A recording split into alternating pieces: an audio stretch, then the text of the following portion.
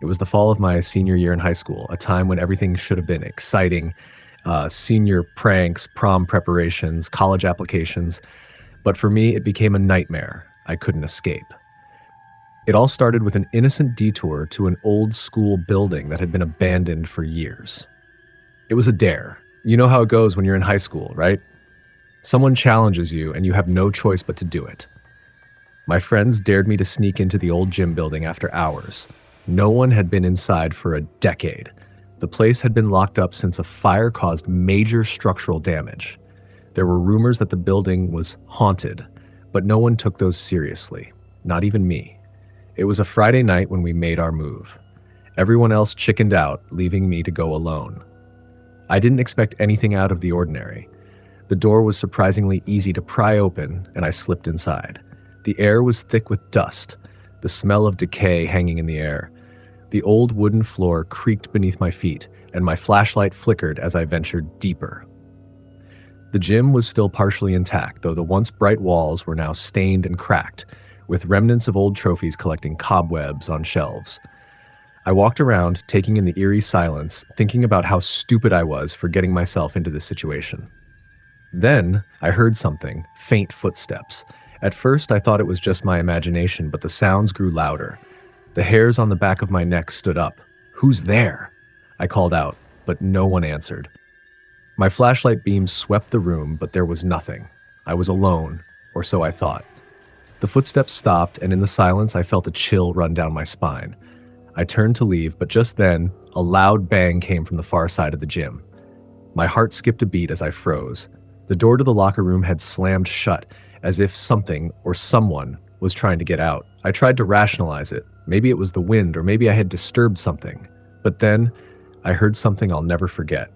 A whisper, low and guttural, coming from the locker room. "Help me." I was paralyzed. My legs felt like lead, and every ounce of rational thought left my body. The voice wasn't human. It was cold, filled with despair and desperation. I couldn't even scream. I could only move slowly, cautiously toward the locker room. The door was slightly ajar. As I pushed it open, I stepped into a small, dark space. The smell of mildew and rust hit me like a wave.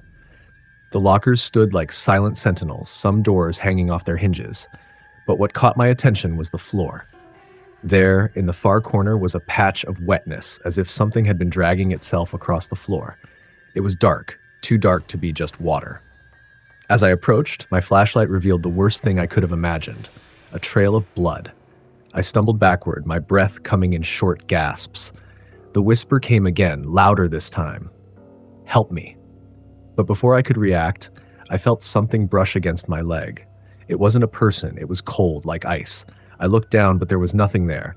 Panic surged through me as I realized something was wrong, seriously wrong. The air was colder now, the kind of cold that sinks into your bones. I ran back to the gym, but as I passed the old basketball court, the lights flickered on. I stopped dead in my tracks. The gym should have been completely dark, but there they were, the lights. Not just one or two, but all of them, buzzing and flickering erratically. And then as I stared, I saw them, figures. Shadows moving in the corners of the room, too dark to make out clearly, but unmistakable. I could feel their eyes on me, a cold, suffocating presence. They didn't make a sound. They didn't need to. They were just there. I didn't know what they were, but I could feel it, an oppressive force, a malevolent energy that filled the space. And then I heard the voice again, but this time it wasn't just a whisper. It was louder, clearer. "Leave now." I didn't think twice. I bolted toward the exit, my pulse racing, every step fueled by pure terror. I reached for the door, but it wouldn't budge. I yanked on it with all my strength, but it was locked. Panic surged through me. I looked back, and the shadows were closing in, creeping toward me, almost as if they were alive. The temperature dropped even further. My breath came in visible puffs, and I could hear the faint sound of breathing. It was too close. I spun around, expecting to see one of the figures, but there was nothing there. Suddenly, the gym door slammed open with an overwhelming force. I didn't wait to look back. I sprinted down the hallway with Smith, my heart pounding in my chest. The whispering voices followed me, growing louder and more desperate. "Help me. You can't leave." I didn't know what they wanted from me, but I wasn't sticking around to find out. I ran out of the building, across the cracked parking lot, and into the cold night air. When I turned around, the gym's lights were off again, and the building looked as empty and abandoned as it had when I first walked in. I made it home that night, but sleep never came. I kept seeing those shadows in my mind, the figures moving just out of reach, waiting for me to look away. The whispers haunted me, and the bloodstains on the locker room floor kept replaying in my head like a twisted film reel. The next day, I returned to school, but I couldn't shake the feeling that something was watching me. I didn't talk to anyone about what happened. I didn't think anyone would believe me. After all, it was just an old building, right? I thought about how stupid I'd been, and I just wanted to forget it all. But that's when the nightmares began. Every night, the same dream. The gym, the shadows, the whispers. But this time, they weren't just in the dream. They were reaching for me, touching me. And I could feel the cold, the desperate pull to stay. One night in the dream, I finally turned around. That's when I saw her. A girl, no older than me, with hollow eyes and an expression that I'll never forget. Her face was pale, twisted with pain and fear, and her mouth, she opened it and whispered one last thing: "Help me. Don't let them take me." I woke up gasping for breath, my body drenched in sweat. But it wasn't just a nightmare anymore, it was real. I felt the presence of something, someone, watching me, following me. The worst part, I started seeing her in the halls at school. Her pale face in the crowd, her eyes locked on mine, pleading, silent. I tried to ignore it. I thought I was losing my mind, but the more I tried to forget, the more she appeared. I couldn't take it anymore. I went back to the gym one last time to find out what happened, to make sure I wasn't going insane. When I stepped inside, everything was silent. The gym was empty, but I could feel her presence. The locker room door was still open, and I walked inside. There on the floor was a note. It read, "Don't look back." And then for the first time since that night, I heard her voice clearly. "You shouldn't have come back." I turned to leave, but the door slammed shut behind me. Next story. It was just another typical day at Westbrook High. The kind of day where you could feel the energy of the halls buzzing with the same old gossip, the same old cliques, and the same old classes. That was until I found myself sitting in the school library during lunch. I had forgotten my lunch, and everyone else had already scattered to the lunchroom, so I decided to kill some time by reading a book I'd found on one of the library shelves. The book was old, dusty, and didn't have a title. The pages were yellowed and the binding cracked like it hadn't been touched in years. But something about it intrigued me. I opened it up and started reading. At first, it seemed like a boring history book, talking about old local legends and events that had happened in the town where I lived. But as I turned the pages, the stories became darker, more unsettling. There were accounts of strange happenings, disappearances, and hauntings that took place right in the school I attended. It was hard to believe, but the more I read, the more details matched things I'd heard about, but never fully believed. One story caught my eye in particular. It was about a student from the 1950s, a girl named Evelyn, who had gone missing during the middle of the school year. Her disappearance had never been solved. Some people said she'd run away. Others thought she had just left town. But there were others who claimed they'd seen her spirit roaming the halls in the middle of the night. I knew about the story. I'd heard whispers from older students, but never anything concrete. As I read the last line of her story, the library lights flickered, and the hairs on the back of my neck stood up. The room grew colder, almost unbearably so, and for a second I felt like I was being watched. It was then that I heard it, faint at first, footsteps echoing in the quiet of the library. But I was alone. I glanced around, but the only sound was the faint hum of the fluorescent lights overhead. I shook it off as my imagination running wild. After all, I had just been reading about ghosts and strange occurrences. My mind was playing tricks on me. But the feeling of being watched wouldn't go away. I couldn't concentrate on the book anymore. My eyes kept darting toward the back of the library where the old storage room was. I'd never been in there before. It was locked most of the time, but today the door was slightly ajar. Curiosity got the better of me, and I stood up, walking over to the storage room. My heart was pounding in my chest. I pushed the door open and stepped inside. The room was small and cramped. filled with old desks, chairs, and boxes of books that hadn't been touched in years. But there, in the far corner, was something strange. A desk that looked out of place. It was an antique, the kind of desk you'd expect to find in a museum, not a school storage room. It was covered in dust, but it was almost too well preserved, as though someone had been taking care of it. I approached the desk, my hands trembling. There was a drawer that was slightly open. I pulled it out, and inside was a small leather-bound notebook. My heart skipped a beat. It looked old, much older than anything else in the room. I opened it, and the first page was written in a neat, elegant script. The handwriting read, Evelyn. The notebook belonged to her. Evelyn. I flipped through the pages, reading the entries. The first few were innocent enough, just a girl's thoughts and observations about school life. But as I turned the pages, the entries grew darker. Evelyn wrote about hearing strange noises at night, whispers in the halls when no one else was around. She wrote about feeling like she wasn't alone, that someone was following her. Then, one entry made my blood run cold. I think they are trying to take me. I feel their eyes on me everywhere I go. I don't know if I can stay here anymore. It was clear now that Evelyn had known something wasn't right with the school. The more I read, the more I realized how much she had suffered. Her last entry was the most chilling. I'm scared. I don't know where to go. I can hear them coming for me now. They said I wouldn't leave this place. I think I'm already gone.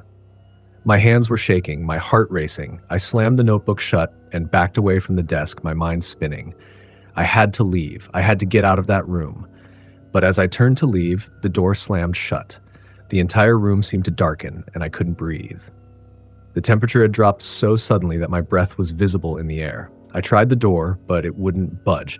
Panic began to set in. I was trapped, and then I heard it. A voice, faint at first, but unmistakable. Help me. It was a whisper, a cry for help coming from behind me. I spun around, but there was no one there. The room was empty. The voice came again, louder this time, and it was unmistakable. Help me. Please, didn't know what to do. My hands were numb from fear. I was trembling uncontrollably. And then I saw it. A figure standing in the corner of the room. It was a girl, dressed in an old-fashioned school uniform, her face pale and gaunt, her eyes hollow. It was Evelyn. Her mouth moved, but no sound came out. The only thing I could hear was the whisper, growing louder, more desperate, until it became deafening. Help me. I wanted to scream, but I couldn't. My body felt like it was frozen in place. I watched as Evelyn slowly walked toward me. Her eyes locked onto mine, and I could see the pain, the fear in her expression. It was as if she was trapped, bound to that room, bound to that school for eternity. Please, she mouthed, her voice coming through my head now, not my ears. Help me. I reached out to her, my fingers trembling. I didn't know what I could do, but I had to try. And just as I was about to touch her, everything went black. I woke up in the library, sprawled on the floor, the book still in my hands. My heart was pounding, my body drenched in sweat. I looked around. Everything was normal again, too normal. The library was quiet, the lights were steady, but as I stood up and walked toward the door, I couldn't shake the feeling that something had changed. And then, when I passed the desk in the corner of the library, I saw it, the notebook. It was sitting on the desk, open to the last page, and written in the same handwriting was a new entry. Thank you for hearing me. Now you must go before they find you too. The hairs on the back of my neck stood up. I didn't know who or what had written that last entry, but I knew one thing for sure. Evelyn wasn't gone. And whatever was in that school, whatever had been haunting her, was still there, watching, waiting. I left the library that day, but the feeling never left me. Every time I walked through those halls, I could feel eyes on me. And I knew, deep down, that the thing Evelyn had written about, the thing that had taken her, was still out there. Next story. I still can't forget that night. The way the halls of my high school, once so familiar and comforting, seemed to shift and twist into something dark, something sinister. I didn't believe in ghosts or supernatural stuff back then, but that all changed during one unforgettable week in my junior year. It started innocently enough, just another school year. But something was off, something that I couldn't quite put my finger on. It was like the building itself had a life of its own. It was late September, and the first real chill of fall had settled in. The school had a history, like any old building, of rumors and urban legends. They said that some of the old lockers, especially the ones near the gym, were haunted, that if you stood in front of them long enough, you could feel a cold breath on your neck. They told stories about a girl who died in a car accident just outside the school. Her spirit said to walk the halls at night, looking for something or someone. I never paid much attention to it. Ghost stories are just that, stories. I was in the middle of my final class of the day when I first felt it. We were doing an assignment in history, a class I loved, but my focus kept drifting. Something didn't feel right. It was like the air itself was too thick, oppressive, almost suffocating. I remember the hairs on the back of my neck standing up for no reason at all. I tried to shake it off, focusing on the lesson. I knew it was just my imagination, or maybe the stress of midterms starting to get to me. The bell rang, signaling the end of class.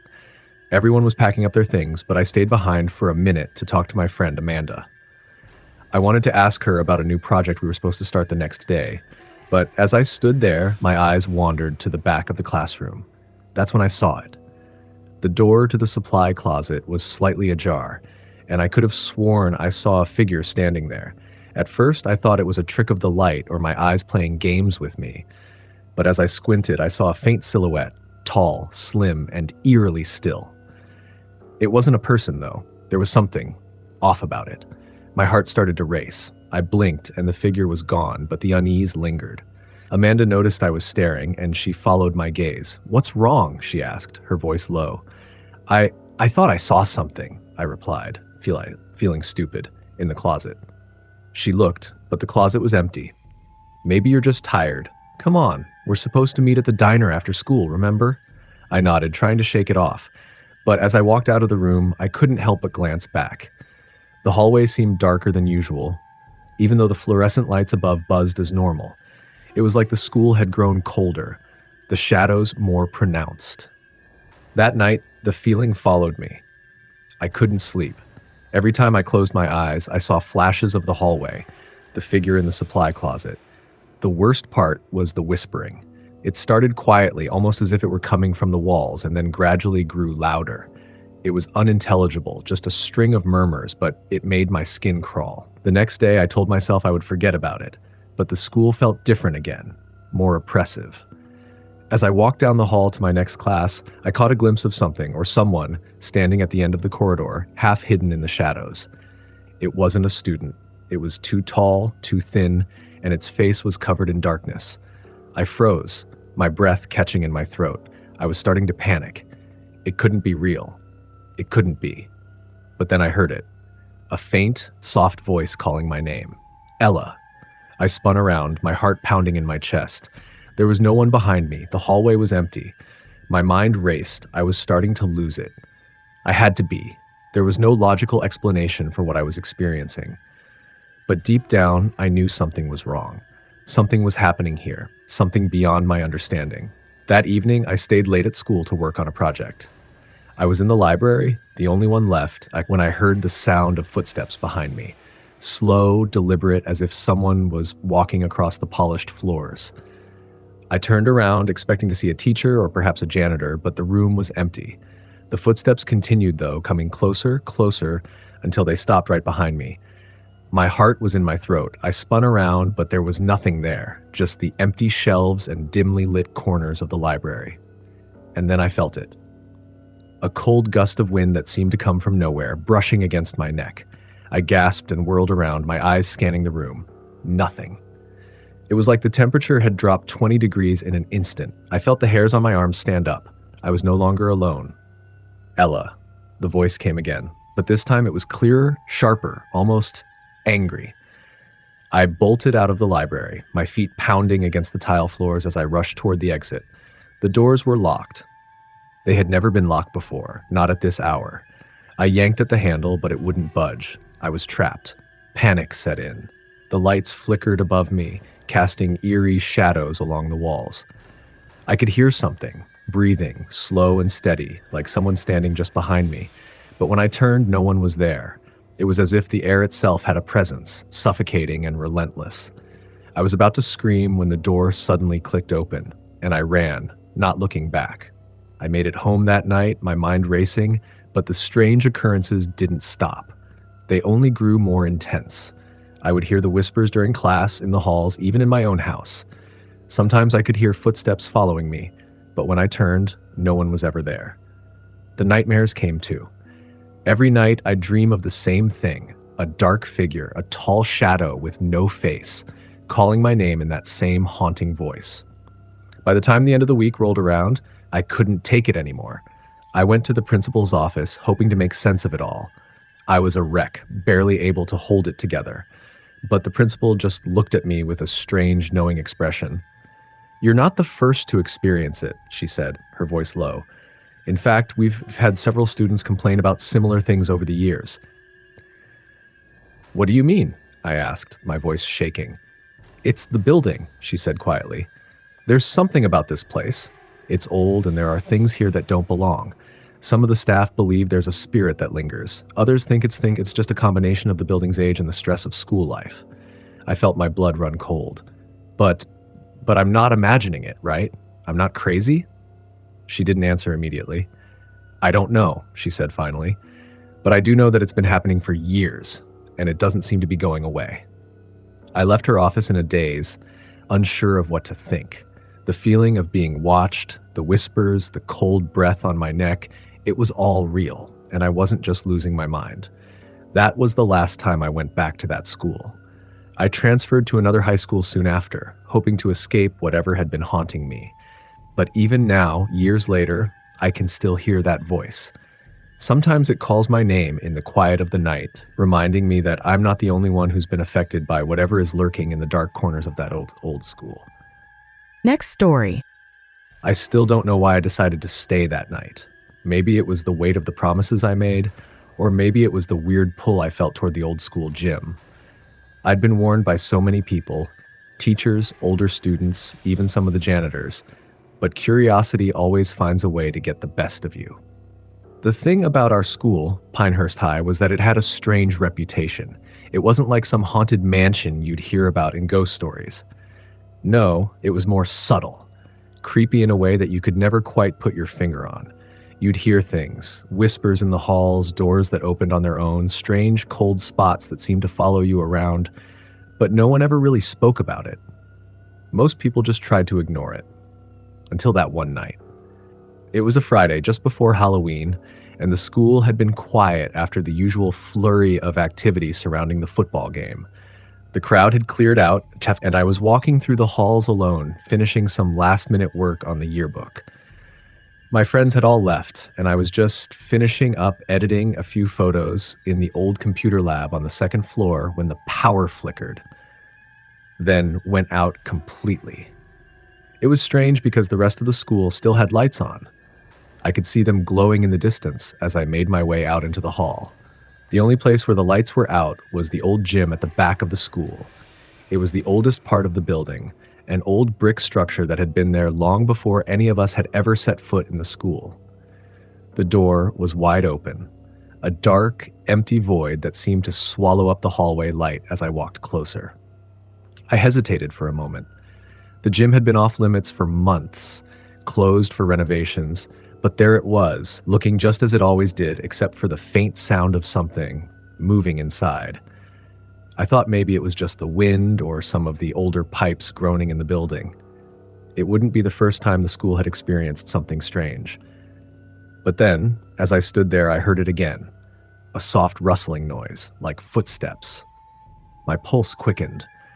There was something oddly inviting about the gym in that moment, like a whisper in my ear telling me to come closer. Maybe it was my overactive imagination, or maybe it was the way the lights from the rest of the school created shadows on the walls. But something pulled me toward that door. Something dark. I walked inside. The gym was huge and cold. The wooden floors creaked under my feet as I stepped further into the darkened space. The only light was coming from the small windows at the far end, barely enough to illuminate the court. The bleachers, usually tucked against the walls, were pulled out, casting long, distorted shadows across the floor. It looked as if someone had been here recently, and for some reason that made my stomach tighten. Why would anyone be in the gym this late, alone, with the power out? I kept walking. Each step seemed to echo louder than the last, my heartbeat hammering in my chest. I glanced around nervously. That's when I saw it. At the far end of the gym, by the old storage closet, there was a faint glow, a soft, unnatural light that seemed to flicker and pulse like a dying candle. It was the kind of glow you don't see unless you're looking for it. I wasn't sure why, but I felt an irresistible urge to go toward it. My feet moved almost on their own, and before I knew it, I was standing in front of the storage closet door.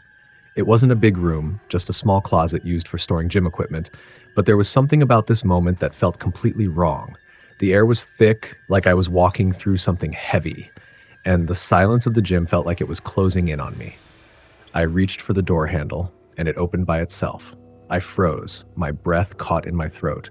The door swung inward slowly, revealing nothing but shadows. For a moment, I considered running out of the gym and never looking back, but I couldn't. The door was open now, and I had to know what was inside.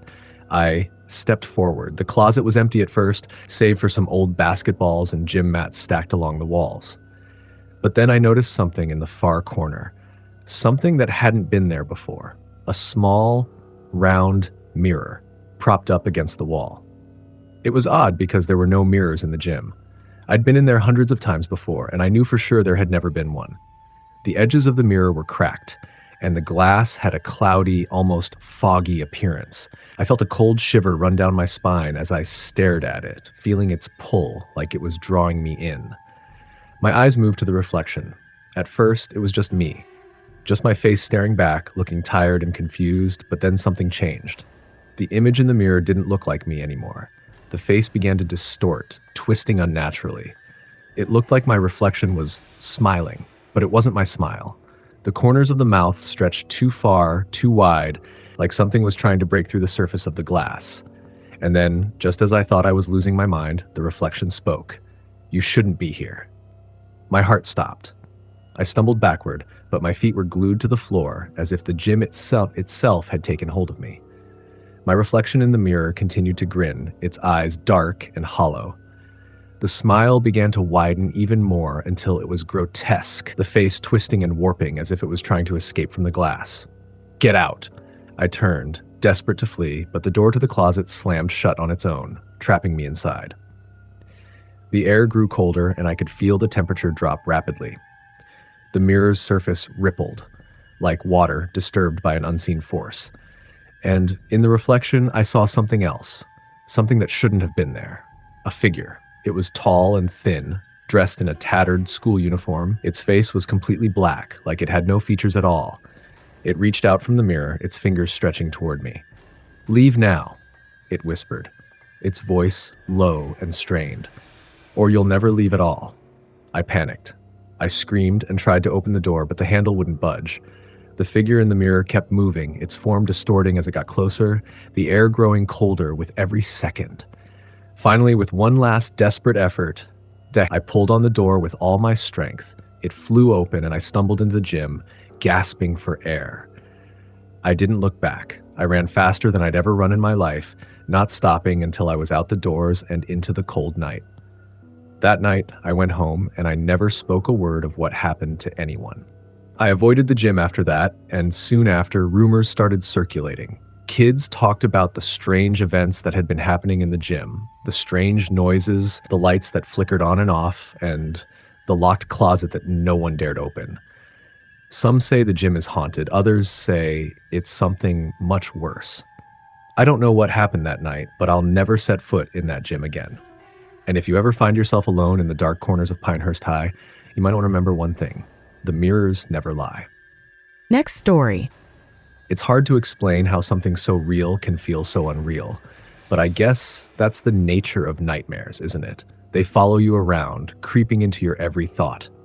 I still don't know whether it was all just my mind playing tricks on me or if something far more sinister was at play. Maybe I'll never know for sure, but what happened that night at my high school was the scariest thing I've ever experienced. Even now, I can't seem to shake it off. I wasn't one to believe in ghosts. I'd always laughed off the ghost stories people would share around campfires or at sleepovers. They were just stories Stories to spook you, to get your heart racing for a moment before the tension melted away and you were back to your normal life. But that night changed everything. I was in my senior year of high school, the kind of year where everything felt like it was coming to a head. Exams, college applications, parties, and all the pressure to make it count before graduation. For most of the year, I tried to keep things light, to not stress over every little thing. But one week in late October, the mood in our school shifted. There was a strange energy in the air, like something was lurking just beneath the surface. It was subtle at first. Little things. A student's locker left open, papers scattered across the floor for no reason, the faint smell of something burning that no one could place. Everyone was a little on edge, but we didn't think much of it. That all changed one evening during a late study session in the library. I'd stayed after school to catch up on some work. It was a Thursday, and most of my friends had already left for their extracurriculars. I was alone in the library, just me and the endless rows of dusty books. The school was quiet, too quiet. The kind of quiet that always makes you feel like you're being watched, like there's something or someone just waiting to make itself known. I was deep into my notes when I heard it, a soft sound barely audible at first, like a whisper in the back of my mind. I paused, looking around. I was the only one there. The library had been empty when I'd walked in. I shrugged it off, telling myself it was just the air conditioning kicking in or some weird acoustics playing tricks on me. But then it happened again. This time, it was louder, clearer. A voice, a whisper. But it wasn't anyone I recognized. Help me. I froze, staring at the empty rows of shelves. My heart pounded in my chest. I looked over my shoulder, but the library was still empty. I felt a cold chill run down my spine, the kind of chill that didn't come from air conditioning. This was something else. Help me. It was louder now, almost as if the voice was coming from right behind me. My skin crawled. I stood up quickly, knocking over a chair in the process. My breath quickened as I spun around to find nothing but empty space. The library was still empty. I don't know what possessed me, but I found myself walking toward the back of the library where the older, unused books were stored. The lights flickered as I approached, and I swear I heard soft footsteps behind me. I turned, expecting to see one of my classmates playing some kind of prank on me, but no one was there. My mind raced, trying to rationalize what was happening. "Stop it," I muttered to myself. "You're just imagining things." But when I reached the back shelf, something was off. The air was colder here. A book had fallen to the floor, open to a page that looked worn and ancient. It was a book that shouldn't have been there. There were no records of it in the library system. I picked it up, my fingers trembling as I turned the pages. They were full of strange symbols, words in a language I couldn't understand. The room seemed to grow darker, the shadows deeper, and then I heard it again, the whisper. "Help me." The voice was closer now, so close that I could feel the breath on my neck. I spun around in a panic, but no one was there. The hairs on the back of my neck stood on end. My pulse was racing, my mind in overdrive, trying to comprehend what was happening. I glanced at the clock on the wall. It was almost midnight. That's when I saw it. A figure appeared at the far end of the library. At first, I thought it was another student, but the longer I looked, the more I realized it wasn't. It was too tall, too thin, and it moved in a way that wasn't natural, jerky, almost mechanical. My breath caught in my throat as it slowly began to glide toward me. The figure was dressed in an old-fashioned school uniform, like something out of a historical photograph, but it was the face that froze me in place. It was pale, almost ghostly, and its eyes were empty, hollow, like black holes sucking everything around them. I couldn't move. I wanted to scream, to run, but my body wouldn't obey. The figure came closer, its footsteps echoing in the silence. The air grew heavier, like something was pressing down on me. I couldn't tear my eyes away from it, even though every instinct in me was screaming to look away, to flee. "Help me." The whisper came again, but this time it wasn't a voice. It was a feeling. It was as if the air itself was begging for help, pleading with me. In a daze, I dropped the book and stumbled backward, nearly tripping over a chair. My hands gripped the nearest table, trying to steady myself, but the figure was getting closer, its presence suffocating. I could feel the coldness creeping into my bones, seeping into my skin. "Please," I gasped. What do you want? The figure stopped in front of me, its face inches from mine. The eyes, they weren't empty anymore. They were filled with pain, sorrow, and something darker, something ancient. The whisper grew louder in my mind. Help me. I blinked, and the figure was gone, vanished, just like that. The lights flickered one last time before the room was bathed in silence once more. I didn't wait to see if it would come back. I ran. I bolted out of that library faster than I thought possible, my legs trembling beneath me. I didn't stop until I was outside in the cold air, gasping for breath, heart pounding in my chest. I looked around frantically, half expecting to see the figure standing in the shadows, waiting for me to return. But there was nothing, only the quiet night. I didn't tell anyone what had happened. How could I? Who would believe me? The next day, I went back to school as if nothing had happened, though I couldn't shake the feeling that something was wrong. The whispers, the figure, it was all too real. But no one else seemed to notice. The library was as it always had been, the same books, the same shelves, the same smell of paper and dust. But I knew what I had seen, and I knew it wasn't the last time I'd hear that voice. It happened again the next week, and the week after that. Each time, it was the same. Strange occurrences, unexplained sounds, the feeling of being watched. The voice would come, the figure would appear, and I'd be left to wonder if I was losing my mind. If it was just me, or if there was something darker haunting that school. No one could explain what happened. No one knew who or what that figure was or why it haunted the library. But for me, the haunting didn't stop with graduation. It stayed with me. I'm telling you this now because I know what I saw. I can't explain it, and I don't know if I'll ever fully understand it, but if you ever find yourself in that school, late at night, alone in the library, and you hear a voice whispering for help, run. Don't look back. The past is best left undisturbed. Next story. It was the last day of school before summer vacation, and the excitement in the air was palpable. Every student was eager to leave, to go home, to forget the stress of tests, grades, and the daily grind of high school. But for me, that day was different. It would be the beginning of a nightmare that I couldn't escape. I was one of those students who didn't really fit in with any particular group. I wasn't a loner, but I wasn't popular either. I had a small group of friends, and that was good enough for me. My friends and I had planned to meet up at the local park after school, but something made me take a different route that afternoon. A small part of me felt like I needed some time to myself before the chaos of summer began. I decided to take a shortcut through the old part of town, where the houses were crumbling and the streets were barely lit. No one really went there anymore. It was the kind of place you avoided, not because you were scared, but because it felt forgotten. The air was thick with the smell of old wood and rust, and the houses had long ago been abandoned. At least, that's what I thought. As I walked through the overgrown streets, something caught my eye. There was a house at the end of the block, tucked away behind a broken fence, that looked different. It wasn't like the others. The windows were clean, the door was slightly ajar, and there was something eerily inviting about it. I'd never seen it before, but for some reason I felt like I had to go inside. Maybe it was the curiosity, maybe it was the feeling that this was the place I was supposed to be, but I found myself walking up the creaky steps, pushing the door open. The house smelled old, musty, like it hadn't been lived in for decades. But the strange thing was, it didn't look abandoned. There were fresh flowers on the table, the furniture was well kept, and it looked as if someone had just stepped out. I took a few cautious steps inside, my shoes scraping against the wooden floor. The house was quiet, but there was a strange hum in the air, like a distant sound that you could never quite place. It wasn't a pleasant noise, but it wasn't loud enough to make me want to leave either.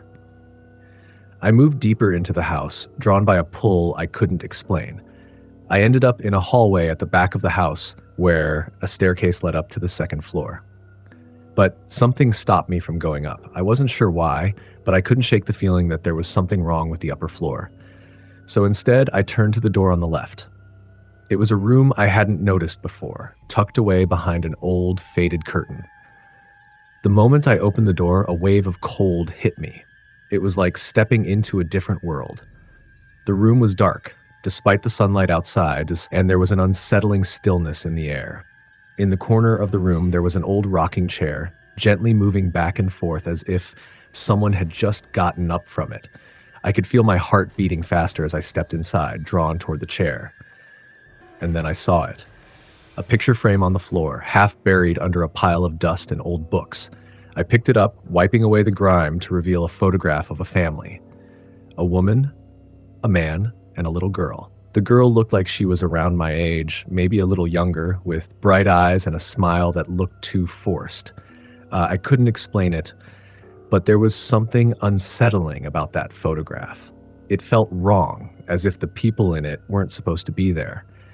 The longer I stared at it, the more the image began to blur, the edges of the photograph twisting and warping, like something was trying to pull me into it. A soft whisper interrupted my thoughts. It came from behind me. I turned quickly, but there was no one there. The air grew even colder, and the hum I had heard earlier seemed to grow louder. I backed away, my eyes scanning the room for any sign of movement. But nothing happened. At least that's what I thought. The rocking chair stopped moving. I froze, my blood running cold. The silence was deafening now, and my heart pounded in my ears. I turned to leave, but the door slammed shut with a force that made me stumble backward. I was trapped. My mind raced, my body frozen in panic as I tried to calm myself. I banged on the door, yelling for help, but no one came. There was no sound. The house was alive with its own dark energy, and I could feel it closing in around me. Then the whisper came again. But this time, it wasn't just a whisper. It was a voice, clear and distinct, as if someone was right behind me. I spun around, but there was no one. Only the rocking chair, now still, and the photograph, which I hadn't realized I was still holding. I looked at the picture again, and that's when I saw it. The little girl's face wasn't smiling anymore. Her eyes were wide open, and her lips were parted in a silent scream. Her hand was outstretched, reaching toward me. I dropped the photo, and that's when everything went wrong. The room seemed to tilt, and the walls began to close in. The hum turned into a growl, deep and guttural, like something was right behind me, breathing down my neck. I could feel it now, the weight of something watching me, something that wanted me to stay. I screamed, pounding on the door, trying to get out, but the room seemed to grow larger, darker, as if it was swallowing me whole. My heart was racing, my body shaking with fear, and I felt as though I was losing control of everything. The rocking chair started to move again, faster this time, and I couldn't breathe. And then I saw it. The little girl, standing in the doorway of the room, her face pale and distorted. Her eyes were black, hollow, and her mouth was open wide, as if to scream, but there was no sound. She reached out, her fingers stretching impossibly long toward me. I stumbled backward, knocking into the wall, desperate to escape. But the room kept growing, expanding, and I could feel the air growing thin. The girl's fingers grazed my arm, icy cold and sharp. I finally managed to break free from the room, slamming the door shut behind me. I didn't stop running. I didn't stop until I was out of the house, down the street, and back into the bustling neighborhood where things felt normal again. But as I caught my breath, I noticed something in my hand. The photograph. I hadn't picked it up, but somehow it was there. I stared at it, and this time, the little girl wasn't there anymore. Instead, the image was of a girl who looked just like me. Same eyes, same hair, and behind her, standing in the shadows, were the faces of the family. I didn't know what had happened in that house or who the girl was, but I knew one thing for sure. Whatever I had encountered wasn't over. I was never going near that house again. And yet, every night when I close my eyes, I hear the soft hum. And sometimes, just sometimes, I swear I feel someone's breath on the back of my neck. Next story. I had always been one of those kids who didn't believe in ghosts. I was logical, practical. There had to be a reason for everything, right? No matter how spooky something seemed, there was always an explanation. I had heard the rumors about the old building at my high school, the one with the cracked windows and the peeling paint, but I never paid them much attention. After all, it was just a part of the school that no one used anymore, right? The old history wing. It had been closed off for years due to some minor structural issues, and no one ever went near it. That is, until one day when a group of us decided to explore it. It was the week before graduation, and we had nothing better to do. Some of us wanted to get one last thrill before we left high school. and others just didn't want to face the reality of moving on. So, a few friends and I made a plan to sneak into the abandoned part of the school. It felt like a harmless adventure. We all gathered after school with flashlights in hand, eager to finally check out the history wing that we had all heard so many stories about. There were whispers about a ghost that haunted the building, a student who had died there years ago, a girl who was said to roam the halls at night searching for something. Some said she had been locked in one of the classrooms when the school closed for the night and that she died there, waiting for someone to find her. Others said she was a restless spirit, seeking revenge on the school for her tragic death. We didn't believe any of it. Ghost stories were just that, stories. So we walked in, laughing and joking, pushing open the heavy, rusted door that had been left ajar. The air inside was stale, and the dim light from our flashlights barely pierced the gloom.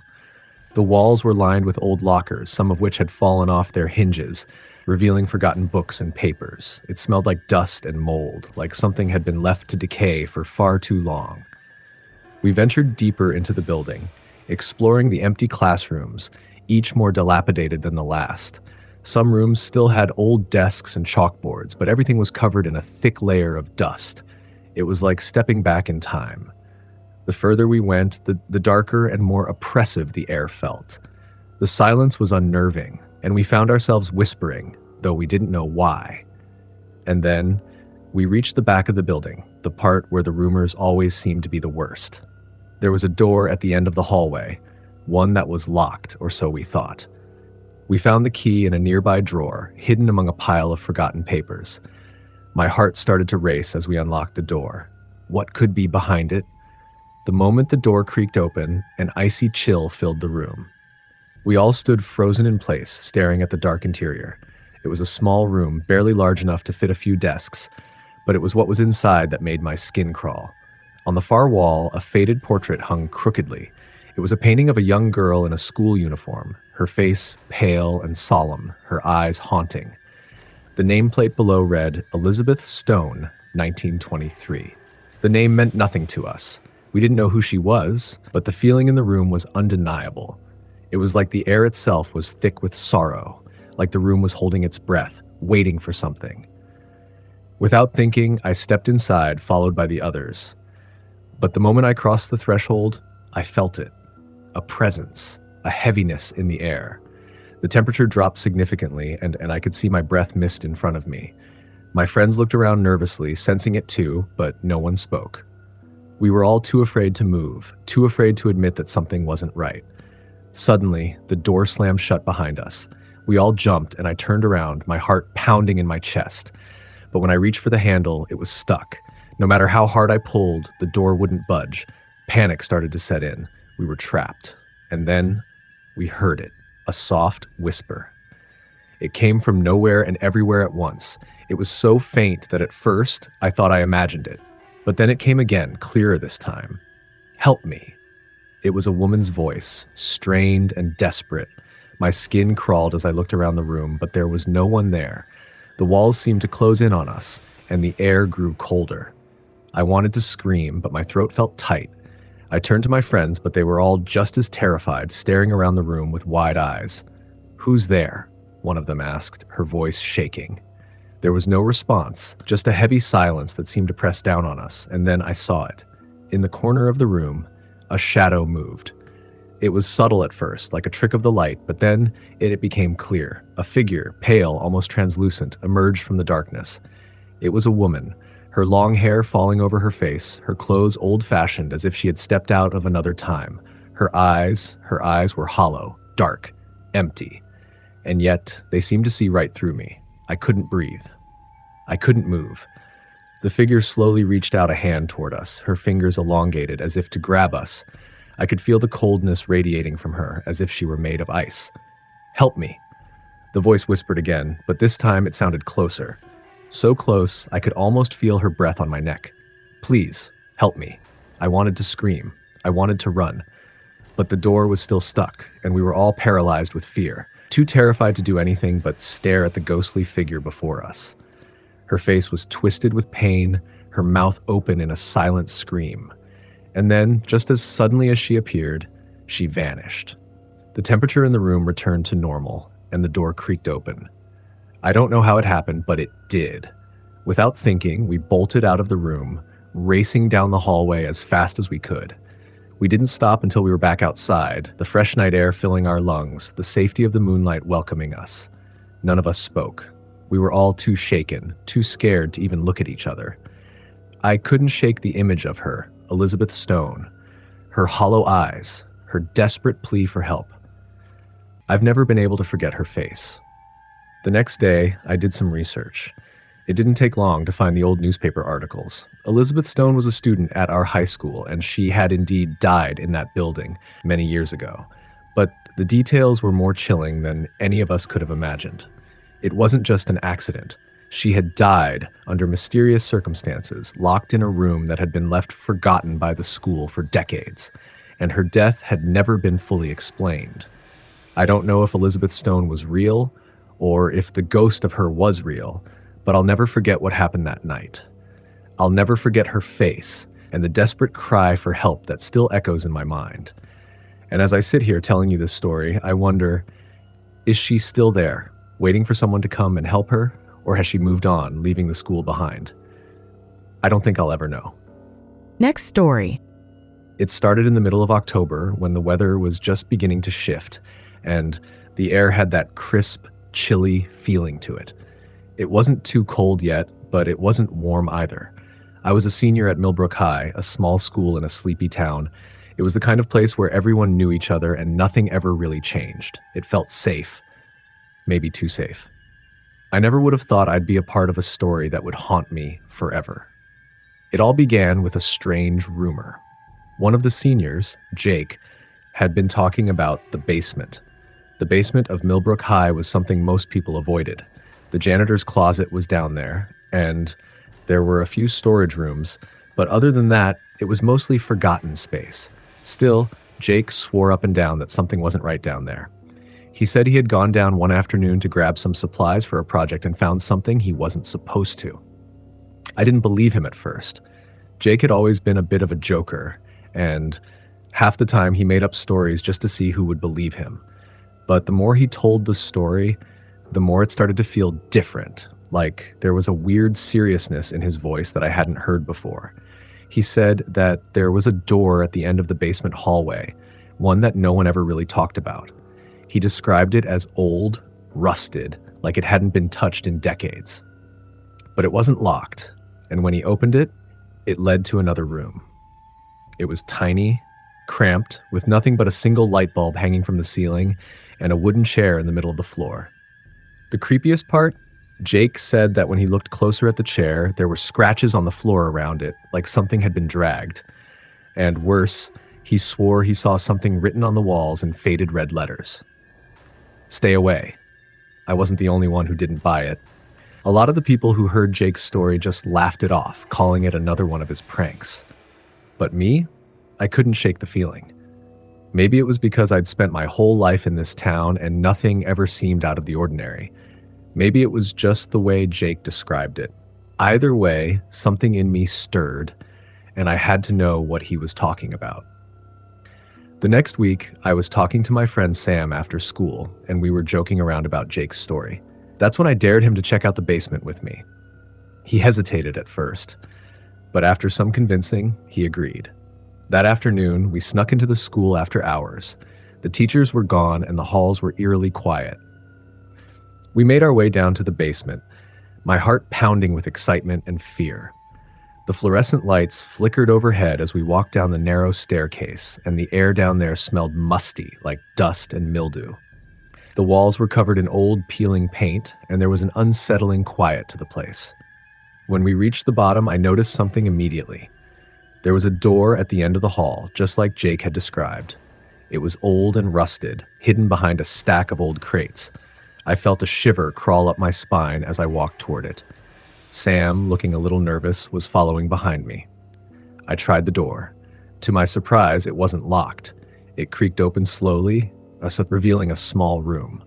It was exactly like Jake had said, dimly lit by a single light bulb casting strange shadows on the walls.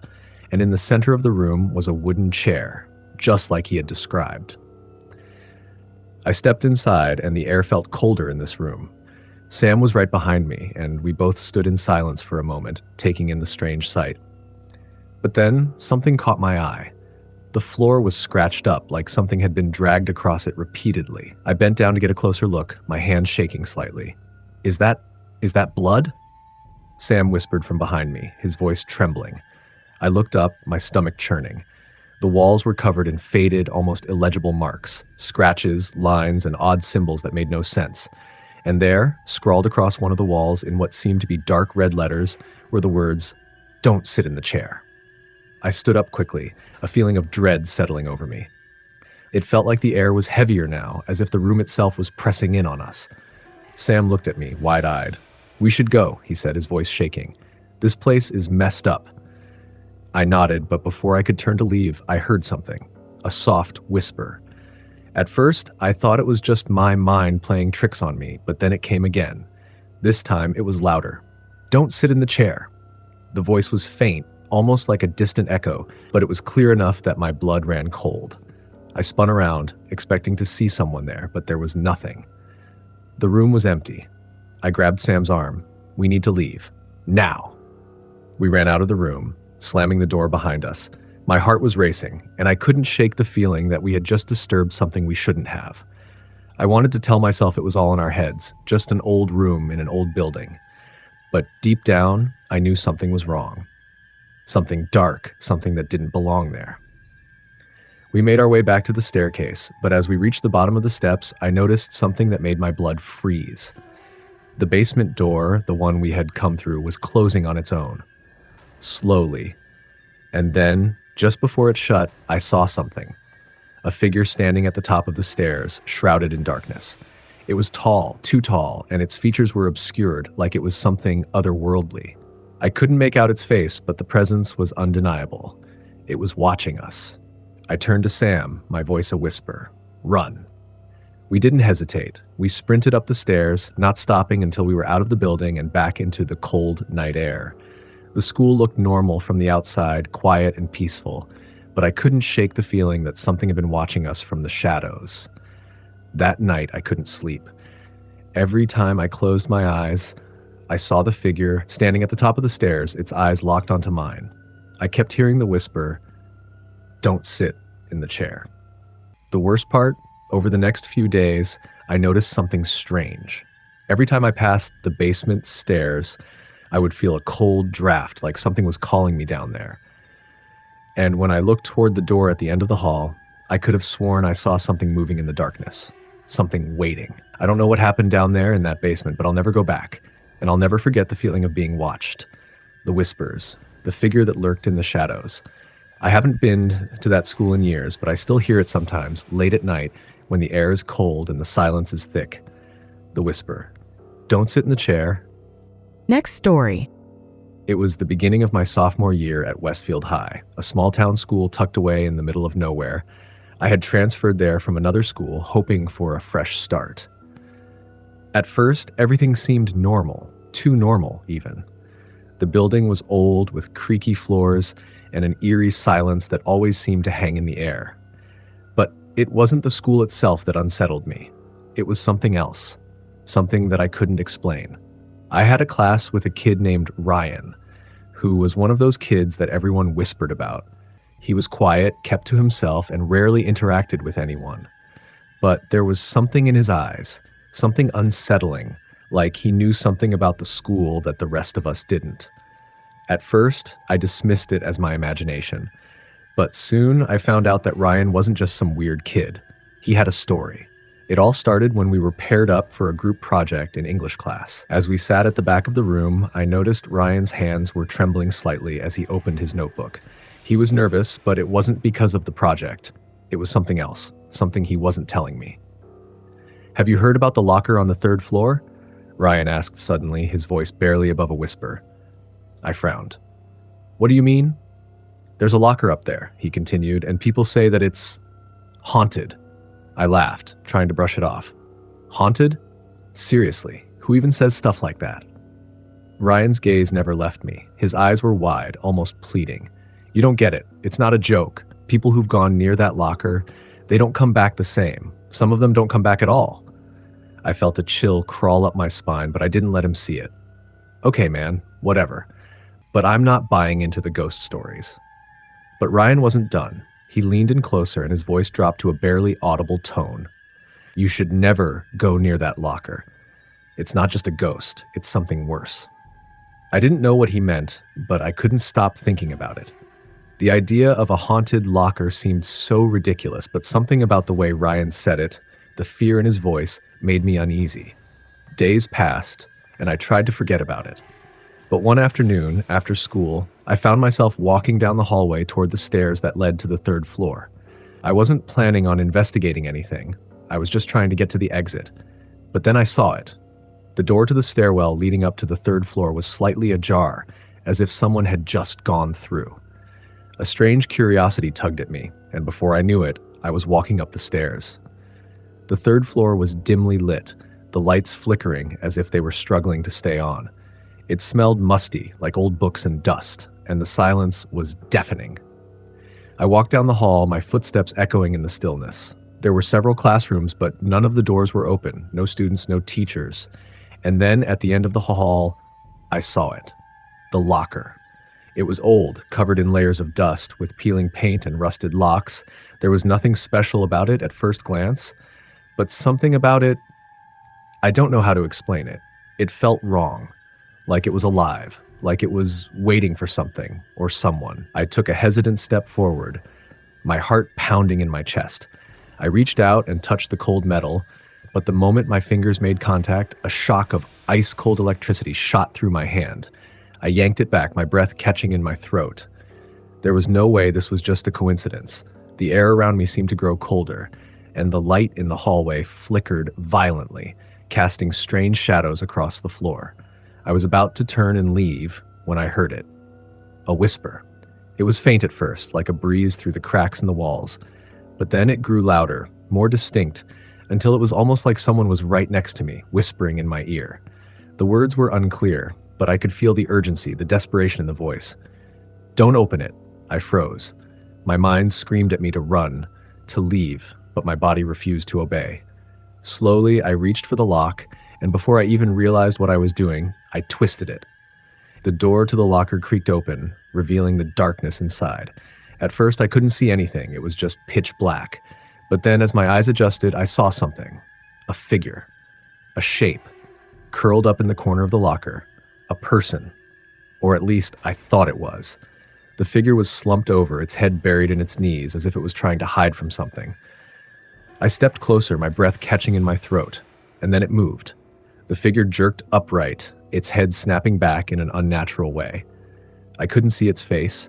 There was only a dark void where its eyes should have been.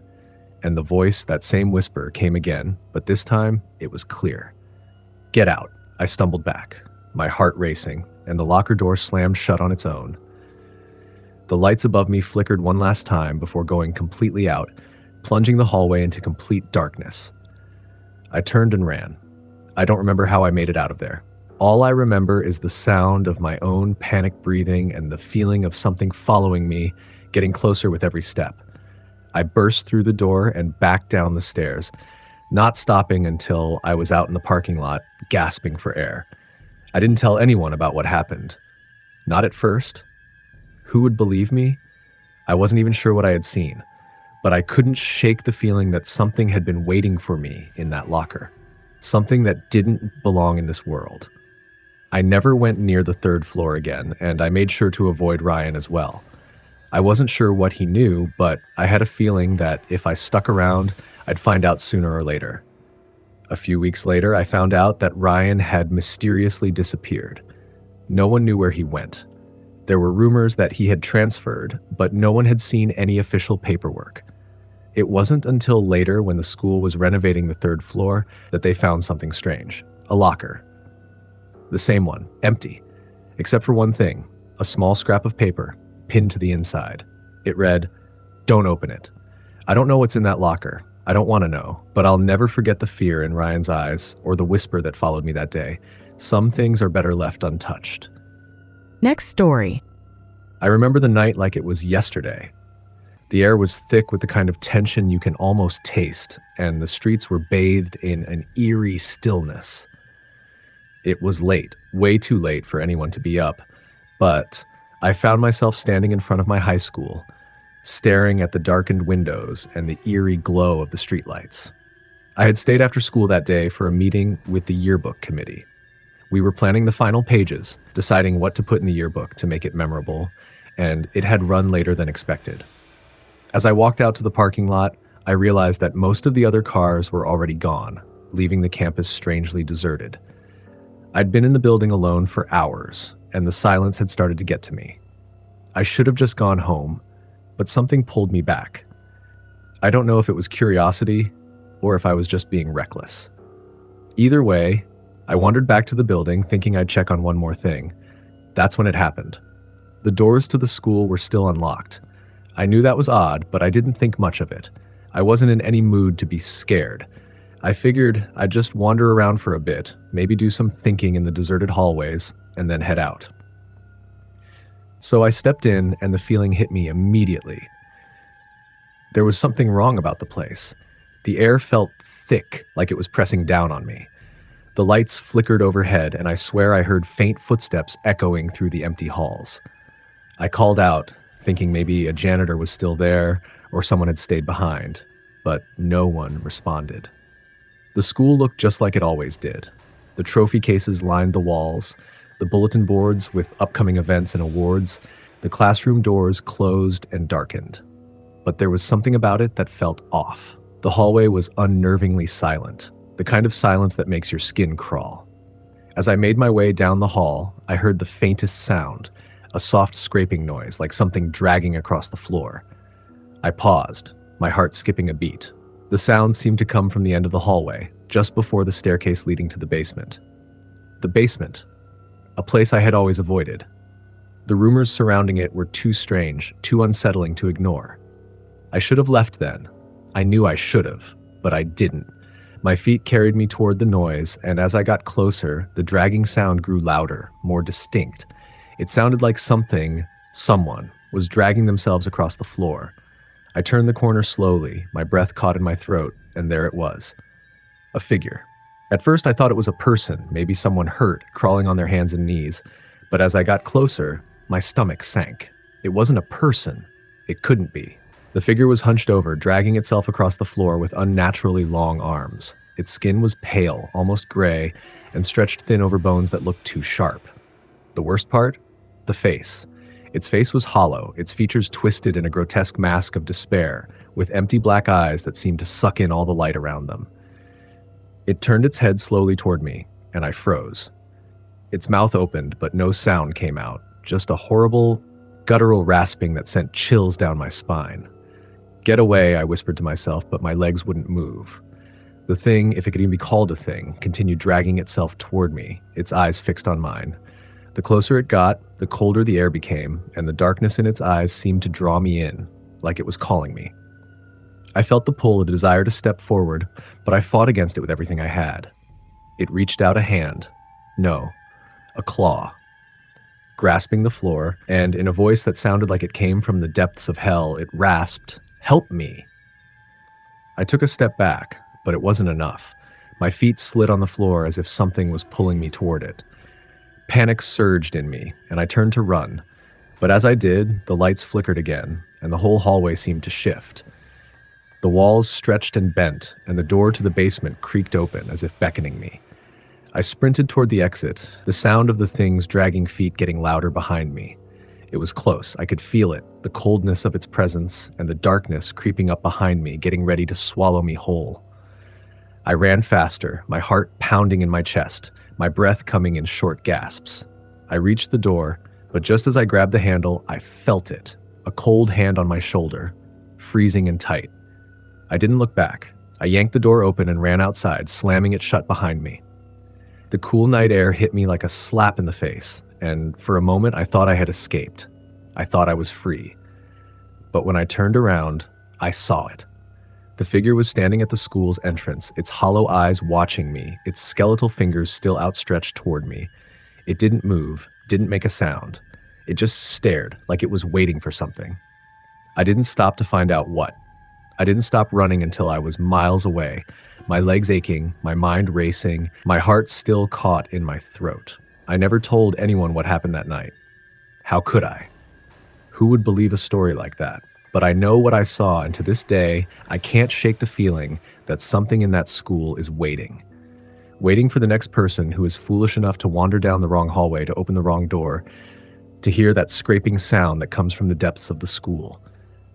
And sometimes, late at night, when I close my eyes, I still hear it, the sound of dragging feet, the whisper of a voice calling out to me, begging for help. I'll never go back to that school.